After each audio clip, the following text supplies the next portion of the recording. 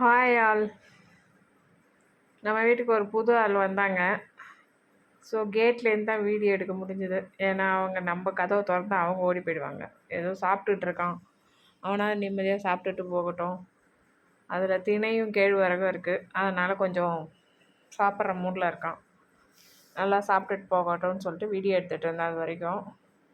இது வந்து இந்த ஃபீடர் பாக்ஸு இந்த ஆன்லைன்லலாம் கிடைக்குது. அதில் போட்டு வச்சோன்னா இந்த மாதிரி வர்றதுக்கு வாய்ப்பு இருக்குது. இவங்க வந்து ஃபேஷன் ஃப்ரூட்டு பிளான்ட் மாதிரியே இருக்கும். ஆனால் கிருஷ்ண கமலம் பேர். பூ வந்து செம வாசனை. சம்பங்கி பூ இருக்குல்ல, அந்த வாசனை இதில் இருக்கும். அருமையாக இருக்கும். 7 days ரோஸில் இதான் முதல் ரோஸ். ரோஸ் வர ஆரம்பித்தாச்சு. இன்னும் செடியை கொஞ்சம் கட் பண்ணி விடணும்.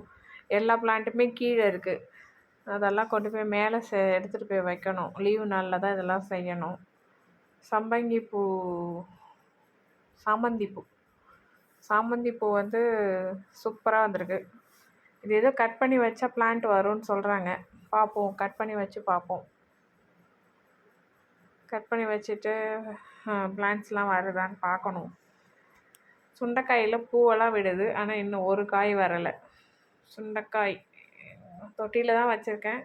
உரம்லாம் கரெக்டாக கொடுத்துட்ருக்கோம். பூவெல்லாம் வருது, ஆனால் காய் இன்னும் காணும். பப்பாளியும் அப்படி தான். பப்பாளி வந்து கொஞ்சம் கீழெல்லாம் கட் பண்ணி விட்டாச்சு, மரத்தை மேலே ஏற்றணுன்ட்டு. இந்த பப்பாளி நல்லா ஸ்வீட்டாக இருக்கும். நல்லா வளரணும்னு சொல்லிட்டு வெயிட் பண்ணிகிட்ருக்கேன். தண்ணி நிறைய கொடுக்கணும், அப்பப்போ உரம் கொடுக்கணும். உரம்னா மண்புழு உரம் தான் நான் கொடுக்கறது.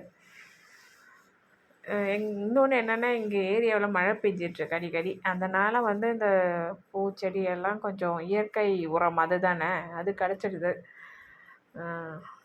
பட்டன் ரோஸ் செமையாக பூக்குது. ஒரு செடியில் ஒரு ஒரு நாளைக்கு ஒரு 3-4 பூவாவது நீங்கள் டெய்லியுமே எடுக்கலாம். ஆனால் பூத்த உடனே அந்த இடத்த வந்து கொஞ்சம் அந்த கிளையை வந்து கட் பண்ணி விடணும். அதுதான் இங்கே மெயின். இந்த பட்டன் ரோஸ் எங்கள் வீட்டுக்கு வந்து கிட்டத்தட்ட 4-5 வருஷம் ஆயிடுச்சு. 4-5 வருஷமாக பூத்துட்டு தான் இருக்குது. எவ்வளோ செடி மாறிகிரி எல்லாம் போணுச்சு, ஆனால் அந்த பட்டன் ரோஸ் மட்டும் அப்படியே தான் இருக்குது, நல்லா இருக்குது. இதுக்கு முன்னாடியே நான் மாடி தோட்டம் வச்சிருந்தேன். பட் அப்போது வந்து கன்ஸ்ட்ரக்ஷன்லாம் நடக்கும்போது சிமெண்ட் பட்டு செடியெல்லாம் பட்டு போயிடுதுன்னு சொல்லிட்டு அப்போ எடுத்தாச்சு மாடி தோட்டத்தை. அதுக்கப்புறம் இப்போ கரெக்டாக பிளான் பண்ணி அந்த ஸ்டாண்டெல்லாம் ரெடி பண்ணி இப்போ வச்சுருக்க மாடி தோட்டம் இது. ஏன்னா நீங்கள் ஓல்டு வீடியோலாம் பார்த்தீங்கன்னா மாடி வந்து காலியாக தான் இருக்கும், டாம் ஜெரி தான் விளையாடிட்டுருப்பாங்க. அதுக்கு முன்னாடி மாடி தோட்டம்லாம் இருந்தது.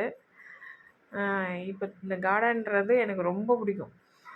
ரொம்ப பிடிக்கும்னா, மாடிக்கு போனாலே பயங்கர ஒரு மனசு நிம்மதியாக இருக்கும். இந்த செடியெல்லாம் பார்த்துட்டு அதில் ஒரு பூ இருக்குது, பார்க்கறதுக்கே பச்சையாக இருக்குன்றதெல்லாம் ஒரு சந்தோஷம் எனக்கு.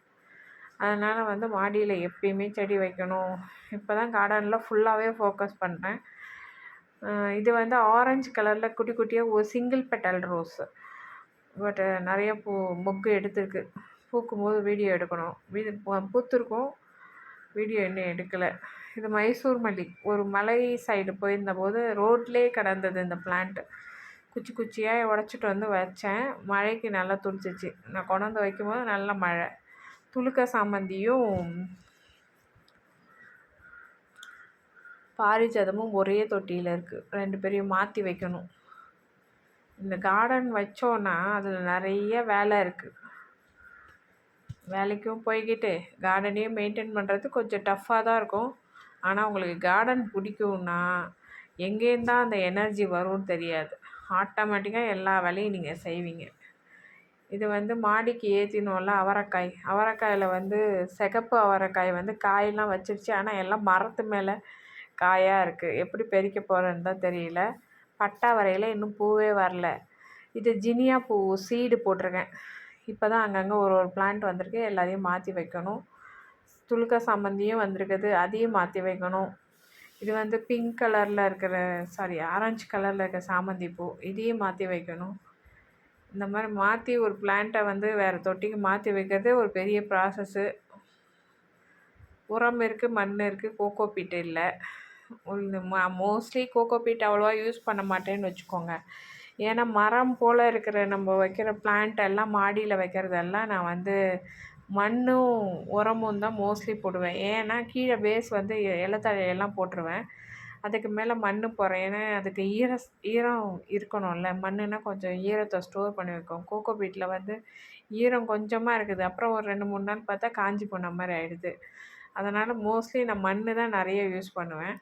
இந்த ரோஸ் வந்து எங்க வீட்டு வாசல்ல ஒரு பப்பி பொறந்து, அது இறந்து போயிடுச்சு. அது நினைவா வாங்கி வச்சது. 4, 5 வருஷம் ஆச்சு. இப்பயும் அப்பப்போ ஒரு பூ குடுத்துட்ருக்கும். இந்த பூ பார்க்கறதுக்கே அழகா இருக்குல்ல? இது நல்லா ஃபுல்லா வருமா ஒரு தொட்டி ஃபுல்லா. நான் அப்போ வந்து கொஞ்சம் அங்கங்கே எல்லாத்தையும் எங்கெங்கெல்லாம் நமக்கு ஒரு சின்ன கன்று கிடச்சா கூட நான் ஒரு இடத்துல சொருகி வச்சுடுவேன். அது வந்ததுக்கப்புறம் அதை ரீபாட் பண்ணணும். இதுவும் ஜினியா. ஜினியா ஃபுல்லாக சும்மா சீடை போட்டு விட்டேன். சூப்பராக வந்திருக்கு. நிறைய பிளான்ட் வந்திருக்கு. எல்லாத்தையும் மாற்றி வேறு தொட்டிக்கு வைக்கணும். கொஞ்சம் பெருசாகட்டும்னு வெயிட் பண்ணுறேன். செடியெல்லாம் கொஞ்சம் பெருசானா தானே வாங்கி எடுத்து வச்சாலும் வைக்க முடியும். க்ரோ பேக்குலாம் ரெடியாக இருக்குது. இவங்க தான் கொஞ்சம் பெருசாகணும். இந்த பிளான்ட் உங்களுக்கு எல்லாருக்கும் தெரிஞ்சிருக்கும். வாசலில் ஒரு மரமாக வைப்பாங்க எல்லோரும். நான் மாடியில் தொட்டியில் வைக்கலான்னு சொல்லிட்டு ஒரு கட்டிங் கொண்டு வந்து வச்சுருக்கேன். ஒரு சின்னதாக ஒரு டப்பாவில் போட்டு. இது வந்து சீனி பழம்னு சொல்லி வாசலில் மரம் வைப்பாங்க. அந்த மரத்தோட இதுதான் சீடு தான். அது வளர்ந்துருச்சு செடி. குருவி வரதுக்காக பிளான்.